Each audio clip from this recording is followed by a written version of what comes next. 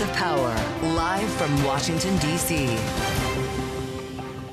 From Bloomberg's Washington, D.C. studios to our TV and radio audiences worldwide, welcome to Balance of Power. I'm Joe Matthew in Washington. Tonight, the developing news across many fronts coming out of Washington, with the president now saying Special Envoy Steve Witkoff will be going to Moscow to meet with Vladimir Putin directly on the U.S. drafted peace plan Ukraine has been pressured to accept.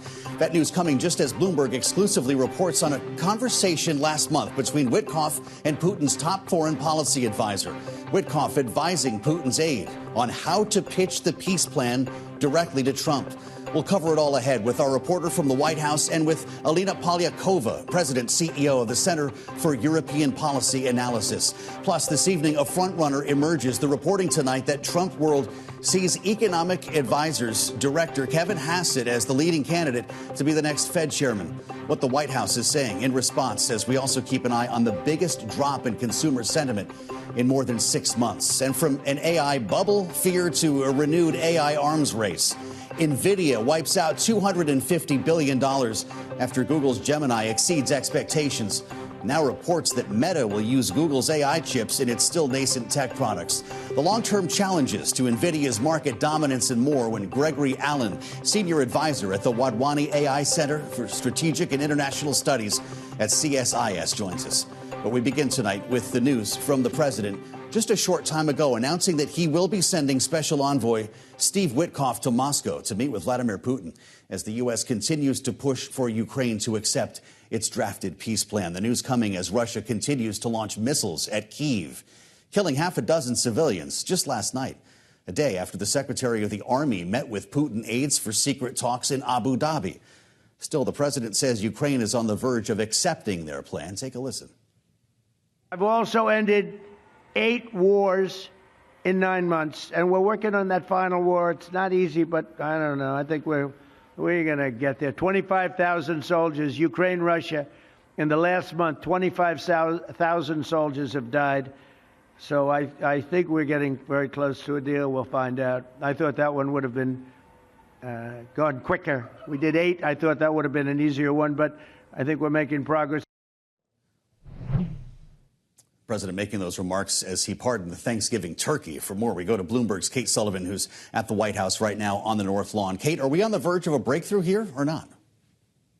Well, the White House certainly hopes so. And we're definitely seeing a lot of positive, optimistic messaging from the White House right now, even though it's really unclear whether there have been any major concessions on the Ukrainian side or the Russian side, any kind of concessions that would really make such a deal possible. But we did hear some announcements from the president today. As you mentioned, he's going to send U.S. Special Envoy Steve Witkoff to meet with Russian President Vladimir Putin in Moscow. The two have met several times before in person in Moscow. And Trump is also going to send the Secretary of the Army, Dan Driscoll, to negotiate and discuss with the Ukrainians. Now, Trump said that he himself won't meet with Zelensky or Putin in person until we're really at the final stages of this deal, really at the final moments when it's about to get over the finish line, is sort of the impression that he gave. He also said that this 28-point peace plan that we've heard a lot about, that it's really been fine-tuned with input from Ukrainians and the Russians, and that there are just a few sticking points that still need to be discussed. But again, I would just say that these key sticking points, these last points, have been very contentious, thorny issues. There's the issue of territorial control in eastern Ukraine. These are things that have been major sticking points that we really just haven't seen evidence from the Ukrainians or the Russians that they're really budging on this and that they're going to be able to see eye to eye. But we're of course watching to see if we're going to see a deal soon, if there are going to be any meetings scheduled soon between the president and those leaders. We'll keep a close ear on this. Kate, thank you. Bloomberg's Kate Sullivan live from the White House. Another development now, an important one, as Bloomberg exclusively reports that Witkoff, who will be meeting soon with Putin, advised Russia on how to pitch the Ukraine peace plan to President Trump just days after Trump announced the peace deal in Gaza.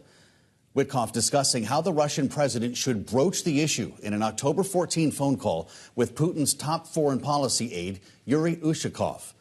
Witkoff telling Ushakov, quote, Yuri, here's what I would do, my recommendation. Ushakov responding, quote, yes, please. before Witkoff continues, quote, I would make the call and just reiterate that you congratulate the president on this achievement, that you supported it. You supported it, that you respect that he's a man of peace and that you're really glad to have seen it happen. So I would say that.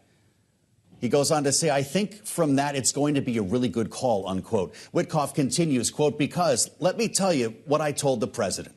I told the president that the Russian Federation has always wanted a peace deal. That's my belief. I told the president I believe that.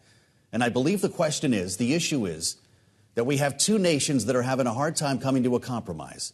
And when we do, we're going to have a peace deal. I'm even thinking that maybe we set out like a 20-point peace proposal, just like we did in Gaza.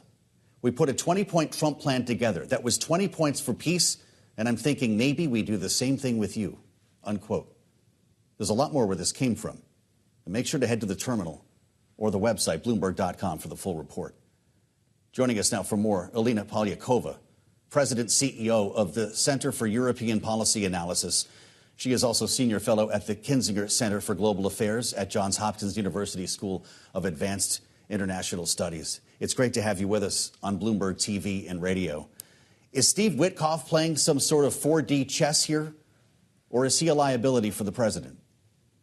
Look, I think Steve Witkoff is doing what the president is asking him to do, which is to bring him deals. He was obviously very effective in the Middle East. We know he had an important role to play in the Israel-Hamas ceasefire. And I think that gave him a lot of credibility. And I think he wanted to use that momentum to try to bring the president his long-desired, long-awaited deal to settle the war between Russia and Ukraine, which was the president's top priority when he came into office, and we still don't have a deal there. So I think Witkoff is trying to bring the president what he wants. Unfortunately, I think that there's very little parallel between Gaza and, of course, Russia's war against Ukraine. Mm-hmm.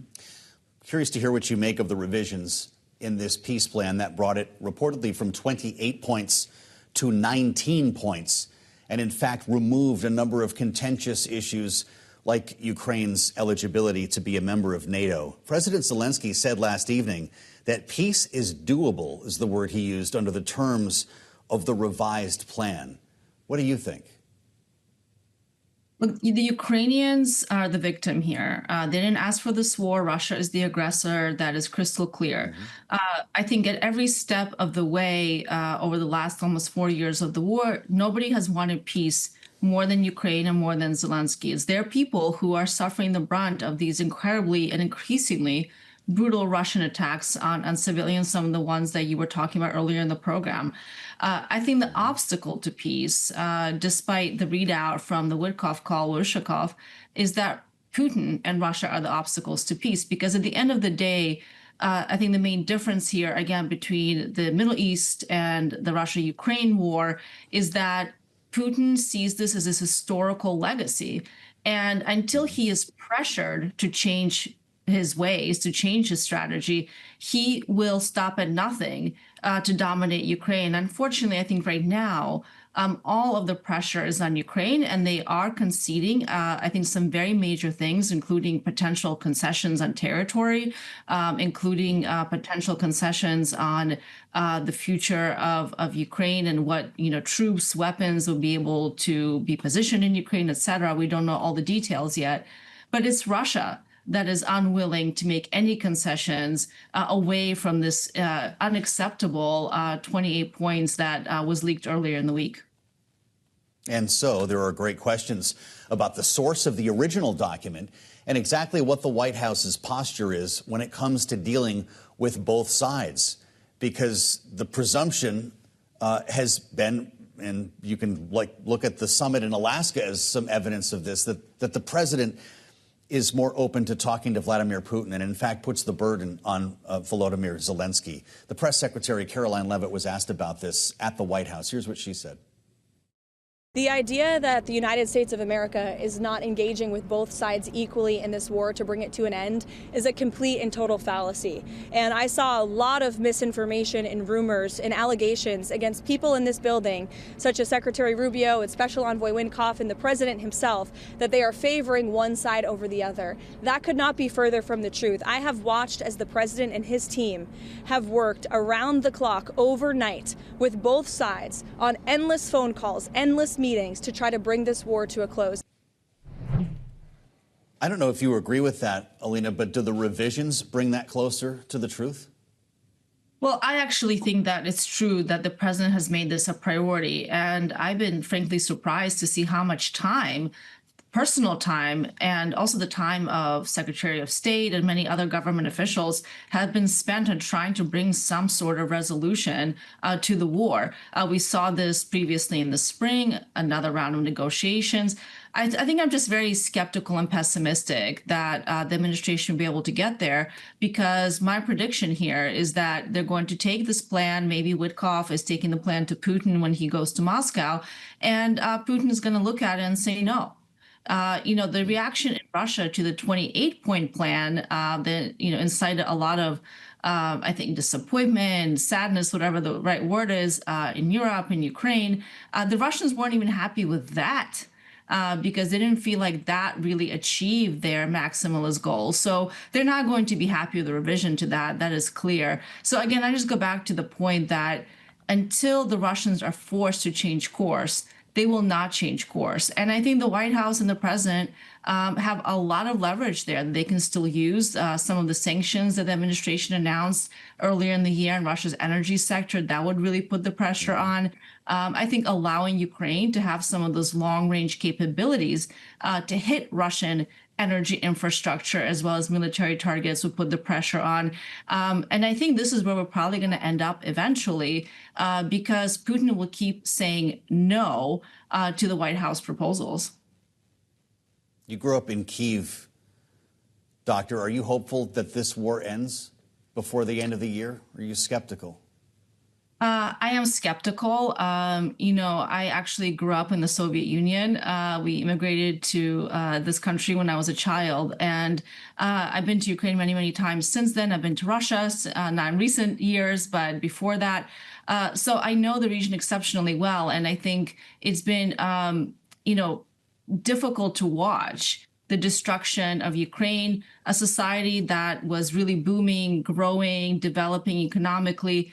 That's the breadbasket of Europe, that has, incredible culture to contribute, incredible ideas, innovation. Obviously, we've seen that on the battlefield, the innovation of the Ukrainian people. And I think there's a huge opportunity in Ukraine, both for the United States and in Europe, the innovation they brought, the capabilities they have. And so I hope not just for the Ukrainian people, but really for the world, that this war ends in a sustainable peace. But I think the only way that's possible is, unfortunately, it's going to have to be with U.S. security guarantees. Europe is stepping up, but at the end of the day, there's no substitute for what the United States can do to provide a security guarantee to Ukraine. Thanks, Alina. Alina Polyakova is President and CEO of the Center for European Policy Analysis. We thank you for the insights. New reporting out from Bloomberg today, meantime, revealed Kevin Hassett, of course, the director of the National Economic Council at the White House, is at the top of the list, seen as the frontrunner to be the next Fed chair. According to people familiar with the matter, Hassett viewed as someone who would bring President Trump's approach to rate cutting to the central bank, which Trump has long wanted to control. And joining us now in our Washington bureau with details, Bloomberg's Nancy Cook, one of the authors of the story. Nancy, he's certainly been near the top of the list so far. We've talked about the Kevins, plural. Does Hassett have this in the bag? I don't think he has it in the bag because, Trump is a mercurial person and he has yet to meet with the candidates. And so I think Trump has to give the final, seal of approval, and they have not met yet for that final interview. That's what our reporting shows. However, Trump did meet with Kevin about the job a few times in June. Those meetings went well. And also remember, Kevin is the director of the National Economic Council and has proximity to Trump. He is in the West Wing day in and day out. He sees the president. He goes on to TV frequently to defend the president's economic policy. And so he's really sort of someone who's kind of around Trump all the time, and proximity matters in these decisions. It's like a daily audition. We're looking at a yield on the 10-year note below 4% for the first time in some time. The market seems to like this idea as well. Well, I think what the market seems to be reacting to is the idea that there is, if Hassett gets the job, I think traders are assuming that they will see interest rate cuts. Yes. And I think that that would be a big reason why Trump would put him there. Trump wants someone who will follow his economic agenda. Part of that is lowering interest rates. And I think that there is a sense inside the White House that Hassett is someone that will carry that out. They don't view him internally as someone that's beholden to Wall Street. They don't view him as someone who, maybe will say the right things in the interview and go rogue. You have to remember, going back to Trump's first term, there is a huge amount of regret about picking Jay Powell for this job. It's really viewed as like an original sin in that first Trump White House, and they don't want to make that same mistake. But he's got one more interview with the boss before this is final. Yeah, they're all interviewing with the Chief of Staff, Susie Wiles, and the Vice President, J.D. Vance, as we've reported, and then they're going to interview with Trump. Great, Nancy. Thank you so much. With the scoop today, Bloomberg's Nancy Cook, we thank you. Coming up, Democratic lawmakers who urge military members to disobey what they call unlawful orders. So they're facing FBI probes following President Trump's call for them to be tried for sedition. We'll discuss it all with Ty Cobb, former special counsel to President Trump in the first administration. It's next on Balance of Power on Bloomberg TV and radio.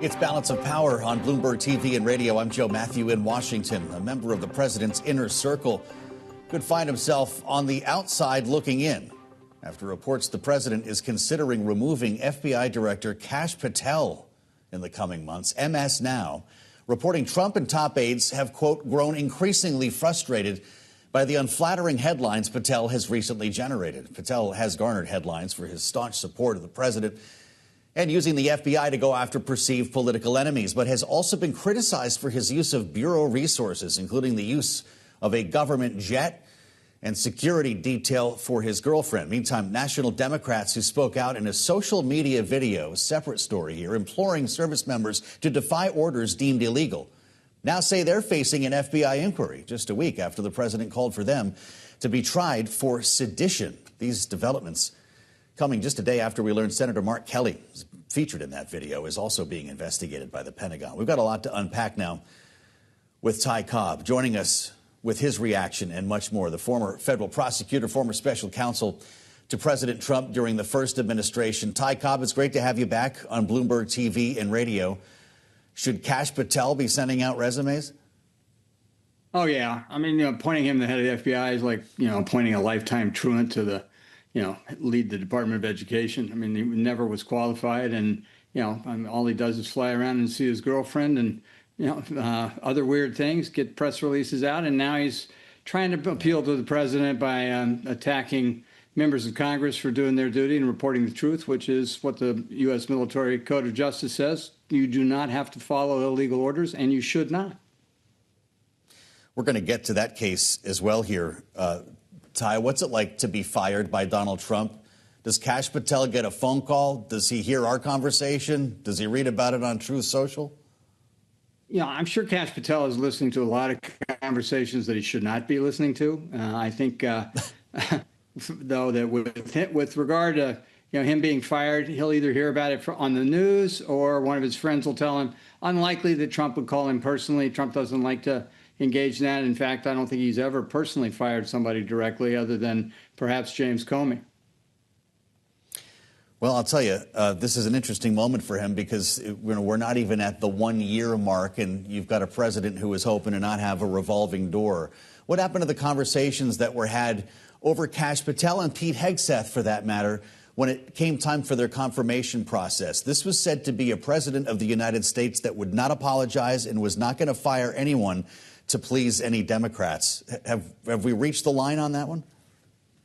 I don't think we've reached that line. I wish we would. If we could get rid of all the incompetents and unqualified people that are in the positions that they currently hold, like Hegseth and Patel and others, it would be a wonderful day for America, but I think that's going to take an election to finalize. I do think, though, that Hassett clearly is being pushed to the back bench. His number two is leading the negotiations on Ukraine and doing the traveling and the actual heavy lifting, while he attacks Mark Kelly, a war hero, astronaut, American hero, public servant, nonpareil, who all he did was, along with others, remind people they care about, enlisted people, not to follow illegal orders, which is what the Code of Military Justice requires and what they teach at the academy. They spend a lot of time at the various academies honing in on people to understand this important principle of military justice. Well, so let's go a little bit further, and I want you to listen to what the press secretary had to say about this. Caroline Leavitt was asked about these 6 Democrats, not just Mark Kelly. There were 5 others who appeared in this video urging, again, members of the military to refuse to follow what they call illegal orders. Here's what the press secretary had to say, speaking for the president. The White House is supportive of the Department of War's investigation into Senator Mark Kelly, and I think what Senator Mark Kelly was actually trying to do was intimidate the 1.3 million active duty service members who are currently serving in our United States Armed Forces with that video that he and his Democrat colleagues put out. What is, Ty Cobb, the legal definition of sedition in this case? Did any of these lawmakers, I guess, conduct sedition or deserve execution, as the president said? Yes. I mean, keep in mind that, when Charlie Kirk was sadly murdered, the president condemned political hate speech, and then he called for the execution of, 6 elected officials, for merely stating the law. I mean, when you say, to the 1.3 million, according to Creepy Caroline, when you say to those people that, please don't follow illegal orders and remind them of their ethical and legal obligation not to do so, you actually are comforting them. I can't tell you how much I hear from families and military people about how scared people are on the ships that are killing people. Because there's a widespread belief and understanding that in wartime and in peacetime, you cannot kill civilians unless it's in self-defense or you're in danger of imminent harm. So these are war crimes, and reminding people not to commit illegal, not to follow illegal orders is an important public service, and they did no more than that. So. He had an absolute First Amendment right to do this. He didn't say anything that was contrary to the law. All these people wanted to follow the law. It's merely that, anybody who offends Trump, in his view, deserves to die. Wow, that's saying something. We've got a minute left, Ty. I have to ask you about James Comey and Letitia James. Charges dropped yesterday against them. The White House says they're coming back again. Who should worry more right now, James Comey or Lindsay Halligan? Lindsay Halligan. Comey will never be convicted. I think the case as to Comey is likely dead. The government would have the opportunity under the 6-month rule, Section 3244, to attempt to re-indict him. But the statute of limitations has run, and footnote 21 is probably the most important aspect of the opinion that Judge Curry issued as to Comey, which goes through the extensive case law on how the government's conduct voided the indictment. So the indictment really never existed, and under those circumstances, the statute of limitations really has run. Letitia James can be re-indicted, and she still has her vindictive prosecution motion that will be heard and likely granted. I don't think anybody's in trouble here but Halligan and Bondi. All right, Ty. Great to have you back. Ty Cobb with us on Balance of Power. I'm Joe Matthew in Washington. This is Bloomberg.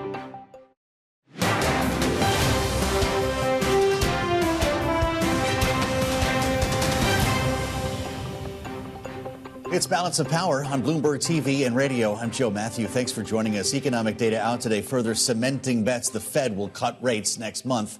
with money markets now pricing in about an 80% chance of a rate cut in December. Wall Street responding, the S&P 500 up almost 1% after swinging between modest gains and losses earlier in the day. For all the details, we turn now to power moves with Bloomberg's Christina Aquino, who joins us live from World Headquarters in New York. Christina, it's great to see you. What's got your attention today? Thanks, Joe. And as you mentioned, it's all green on the screen for major U.S. equity indexes today. The S&P 500 gaining for a third straight day. And how about the NASDAQ 100? That index was down about 1.3% earlier in the day, clawing its way back into the green once again, and really just reflecting the improved risk sentiment that we're seeing at the moment. And of course, with improved risk sentiment, we're seeing a bit of pressure on gold today. Of course, that is down after a gain yesterday. That's still near those record highs, though. A lot of support still for gold from both institutional and retail investors. But today is just not the day for that safe haven to be gaining.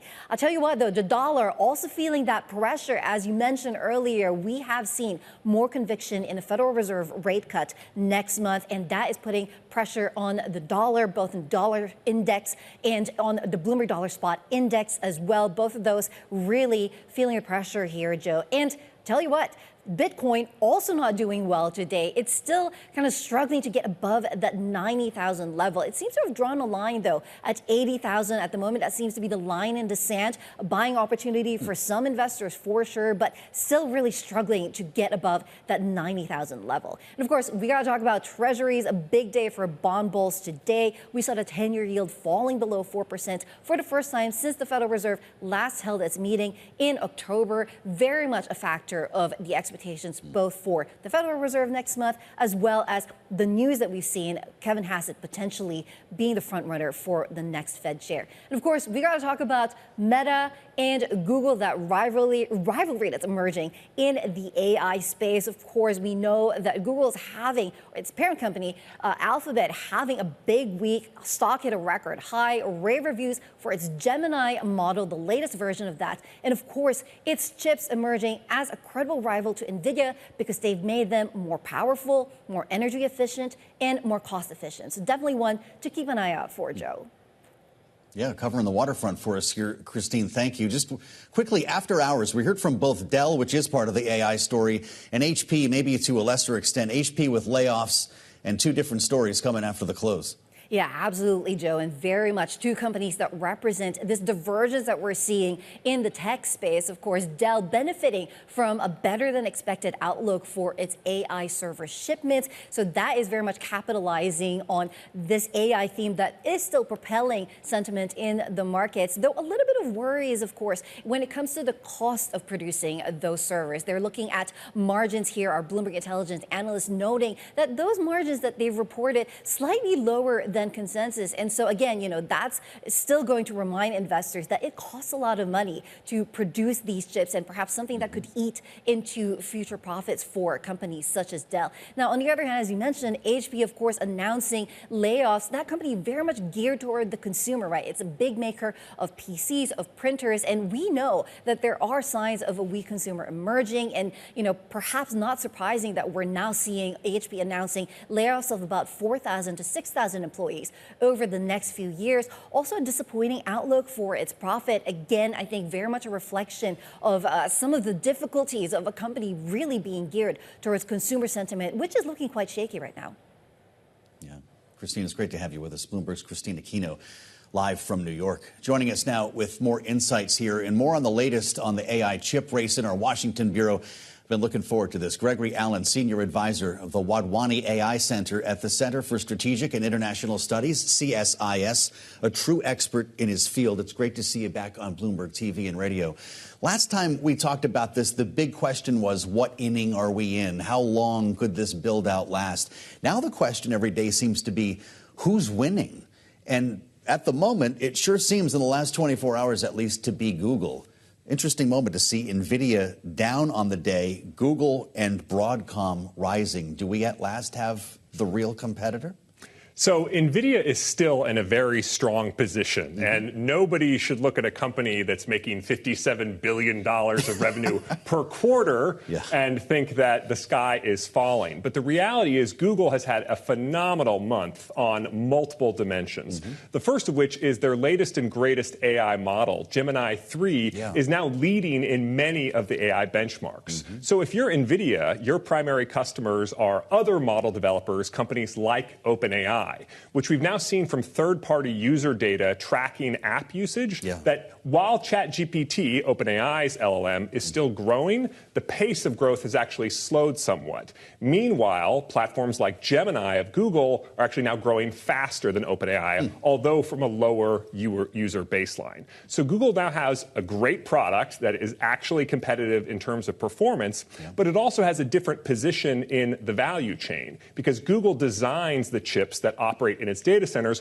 while OpenAI relies on companies like Nvidia and AMD. And what we're now seeing is that Google's TPUs, which used to only be available to Google Cloud customers, are now potentially going to be available directly for use by other hyperscalers, such as Meta. Those rumored negotiations, I'm sure that's leading to a lot of sweat at Nvidia as they're thinking about one of the largest customers they have in the world contemplating switching over to Google, and Google switching a business model to actually selling its chips directly. So this is a real moment then when I hear you talk like that, and I'm sure that a lot of us on the uninitiated side just are learning about TPUs. Something that Jensen Huang has talked about, certainly in his address, about the sort of, global ecosystem of AI. Is this a DeepSeek moment? Can TPUs do the job cheaper and with less energy? So I wouldn't say that this is a DeepSeek moment, both because the DeepSeek moment, I think, never really actually happened. And they had Nvidia chips anyway, exactly. Right? Okay. It happened to the stock market. Frame this for us so we understand the significance of this moment. I think right now what you're seeing is the people who use chips don't want to be beholden to a monopoly supplier.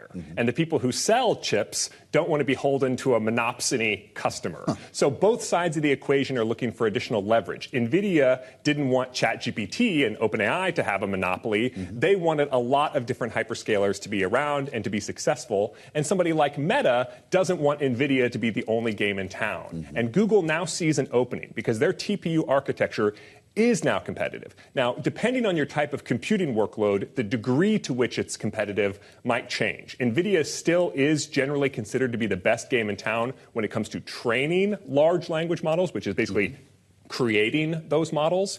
But on inference is where TPUs really shine. And you've seen now that in addition to this reported Meta deal that is being negotiated, also you had the other leading large language model developer, Anthropic, announced that it was going to be using a lot of TPUs, potentially up to 1 million. Wow. That was in October. What did you see happen just a few weeks ago? NVIDIA and Microsoft announced a $10 billion and $5 billion investment into Anthropic. That wasn't announced as a blocking maneuver to prevent Anthropic from going over to Google, but one could be forgiven for seeing that there. So NVIDIA really trying to preserve its position with key customers. You know, NVIDIA on social media today, on Twitter, we're delighted by Google's success. This is great. I would love to have been in the meeting that led to this post. NVIDIA writes, they've made great advances in AI and we continue to supply Google, getting back to the vendor-customer relationship. NVIDIA, he writes, is a generation ahead of the industry. It's the only platform that runs every AI model and does it everywhere computing is done. NVIDIA offers greater performance, versatility, and fungibility than ASICs, which are designed for specific AI frameworks or functions. So you can go narrow band with these TPUs, or you can have the rainbow package with NVIDIA. That's exactly. What they're saying, I mean, right? if you think about the Olympics, you can have a world-class Olympic sprinter or a world-class shot putter, but the person who does the decathlon both is usually not the best at either in the entire world. Okay. So NVIDIA has the more generalist chip, but it's the industry standard generalist chip. So many of the AI development software frameworks are optimized first and best for NVIDIA chips. That's a very strong position. But Google has these specialist chips that are optimized for both the development frameworks that Google uses and the Google Cloud environment. The question is, can the benefits of that specialization, while it does imply some limitations, be attractive enough to attract more hyperscalers than just Google itself? Google is using its own chips when it's developing Gemini, when it's running Gemini inference. They're trying to say to other folks, look, we understand that we are more specialized. We understand there are some limitations with specialization, but they're worth it. Come over here and join us. Yeah. So despite all of what some call circular investing, are we going to be in a world where there are different ecosystems of companies, different alliances, if you will? You've got Google and Broadcom working with Meta. Could we also be in a world where they are competing with the Nvidia / OpenAI Microsoft alliance? Is that how this is going to end up developing? The relationships here are extremely complicated. Yeah. Every company in this sector is a competitor somewhere and a colleague somewhere impossible. else.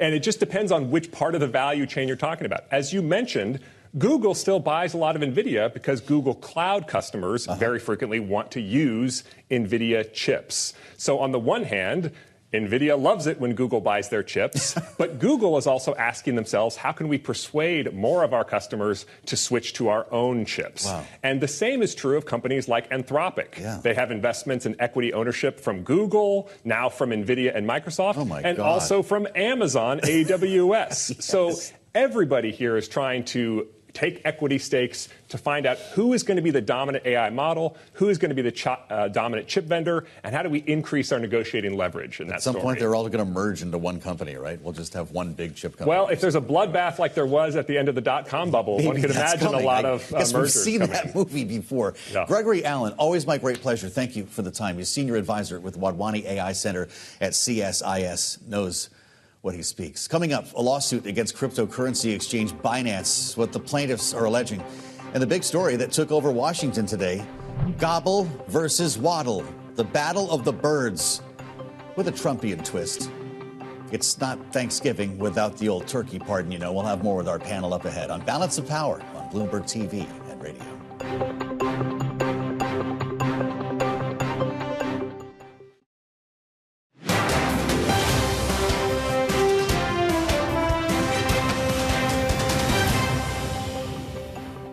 It's Balance of Power on Bloomberg TV and radio. I'm Joe Matthew. Thanks for joining us. We'll have a lot more on the big news here in Washington when we assemble our political panel up ahead. First, the stories we're watching in today's Power Brief.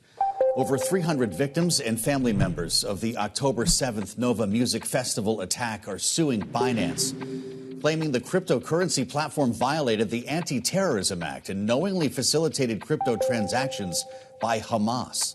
The suit alleges Binance enabled more than $1 billion in transactions by Hamas, Hezbollah, and other militant organizations. And some of these transactions were first disclosed in 2023 when Binance pleaded guilty to violating anti-money laundering laws, paying more than $4.3 billion in penalties.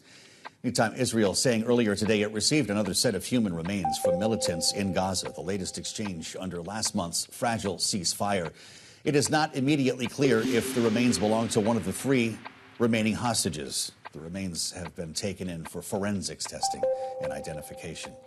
President Trump often touts $21 trillion in investments since he took office in January. A new Bloomberg economics analysis of the numbers showing the actual amount is closer to $7 trillion, and many of those are still in question. Roughly half the reported investment projects coming from other countries, a majority of which rely on amorphous pledges and are for unspecified purposes.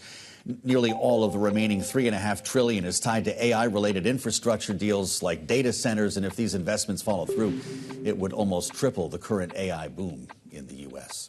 Joining us now with their reaction to these stories and a lot more, this evening's political panel. We're joined by Megan Hayes, Democratic strategist and former special assistant to President Biden, alongside Republican strategist Annalise Keller, partner at 7 Letter. It's great to have both of you with us. I want to start on what could be the first major departure in the Trump White House, and that's Kash Patel, according to reports.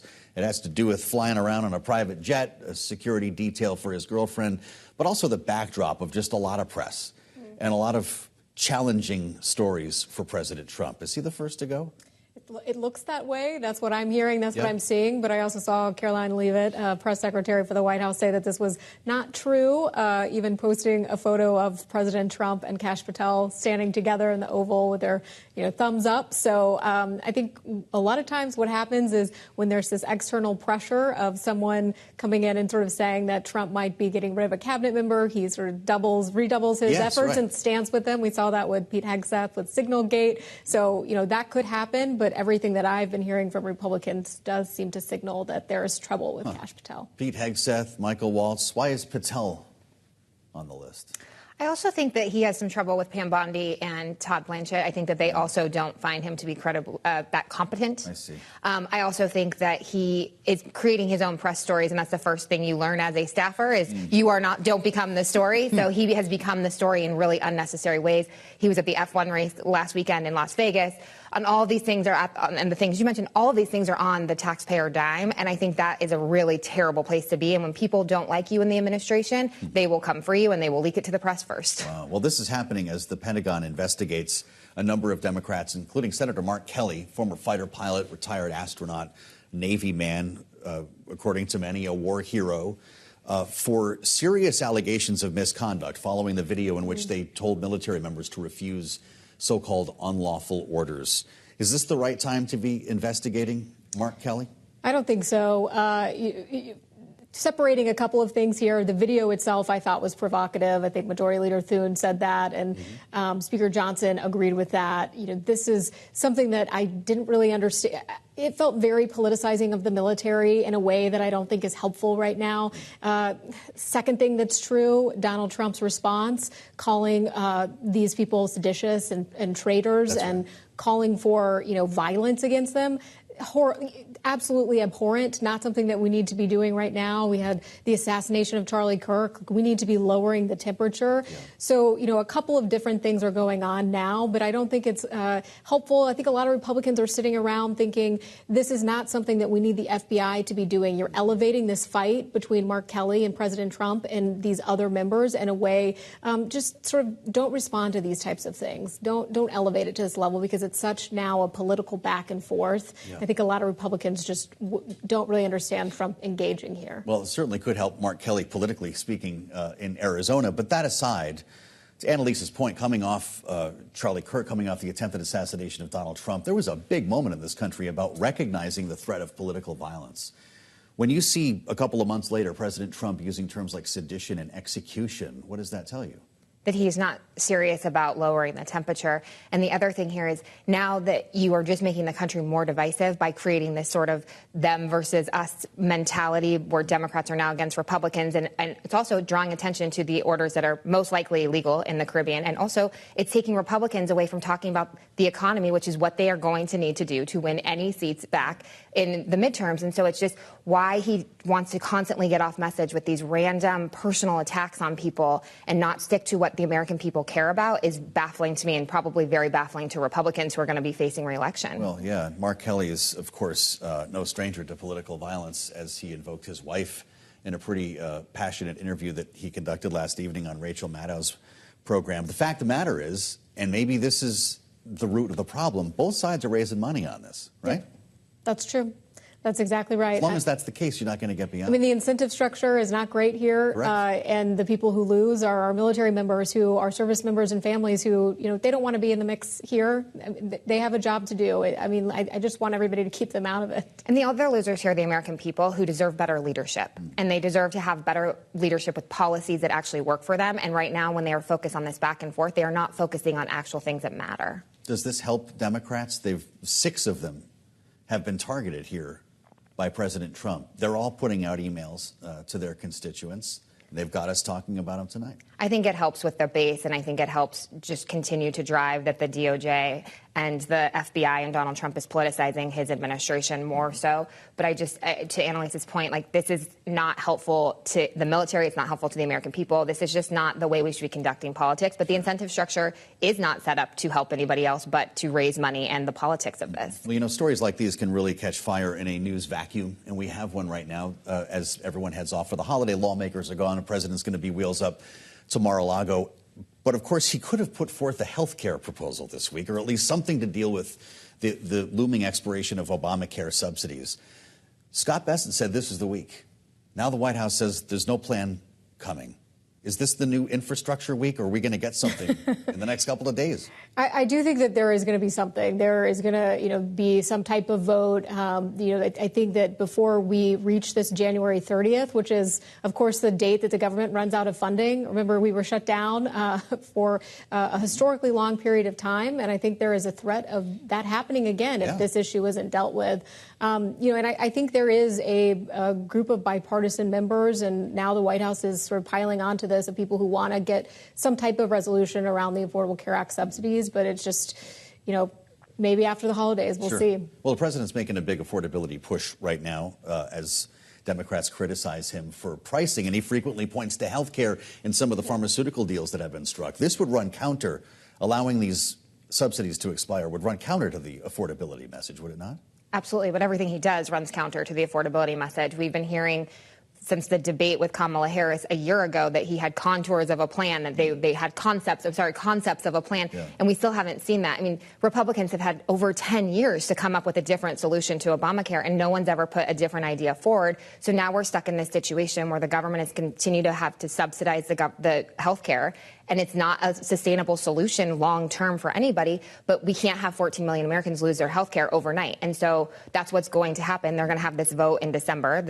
The House isn't going to take it up, and then we're going to be back shutting down the government in January again. It's just like it's sort of a weird, vicious cycle, but I don't understand why can't Republicans in Congress come up with a different solution? Like, why are they waiting for the president to also come up with a plan? Like, I haven't seen Donald Trump come up with a plan for anything, so I'm not sure why we're hanging our hat on health care here. Well, the president has been talking a lot about the Walmart deal for Thanksgiving, which he says is down 25% from last year. They've got the bundle that, in fact, includes less food than it did last year. But he was faced by a real turkey today at the White House. You guys saw this. This is American history, of course, the pardoning of the turkey. Today, Waddle and Gobble were on deck. I think, was it Waddle who got pardoned? There they are right now. Let's hear from the president at the turkey pardoning. Into a terrible situation caused by a man named Sleepy Joe Biden. He used an auto pen last year for the turkey's pardon. So I have the official duty to determine, and I have determined that last year's turkey pardons are totally invalid. They're hereby null and void. The turkeys known as Peach and Blossom last year have been located, and they were on their way to be processed, in other words, to be killed. But I have stopped that journey, and I am officially pardoning them, and they will not be served for Thanksgiving dinner. It all comes back to the auto pen, apparently, right? So at least, I guess, those turkeys will be pardoned. Are you happy? Yeah, I guess so. Well, I'm happy that all the turkeys are pardoned. Maybe this is a hot take, but I do not like turkey. I don't think it's good. I don't either. Wow. It's the worst thing. Then maybe you won't be too bothered to learn. I'm just glad that they're still around because there was reporting by Politico that the pardoned turkeys are typically dead within 2 or 3 months because they're fattened to such an extreme to put on this show here at the White House that it's a little unhealthy walking around. But apparently they don't have you two guys to worry about. Well, I thought RFK Jr. would have fixed that. Well, I don't know about any of that. Are you both going to be thankful for politics to be put to rest for at least a day? Do you think it will be put to rest for a day? I don't know that we're going to get that break, but I'm thankful for any moment in time we're not talking about it. That's the truth. We're thankful for your being part of our conversation, and hope we'll continue with Megan Hayes and Annalise Keller. Thank you both for the insights today on Balance of Power, and happy Thanksgiving if we don't see you before then. In the meantime, check out the Washington Edition newsletter. Find it on the terminal and online, and thank you for joining us on Balance of Power. I'm Joe Matthew. This is Bloomberg.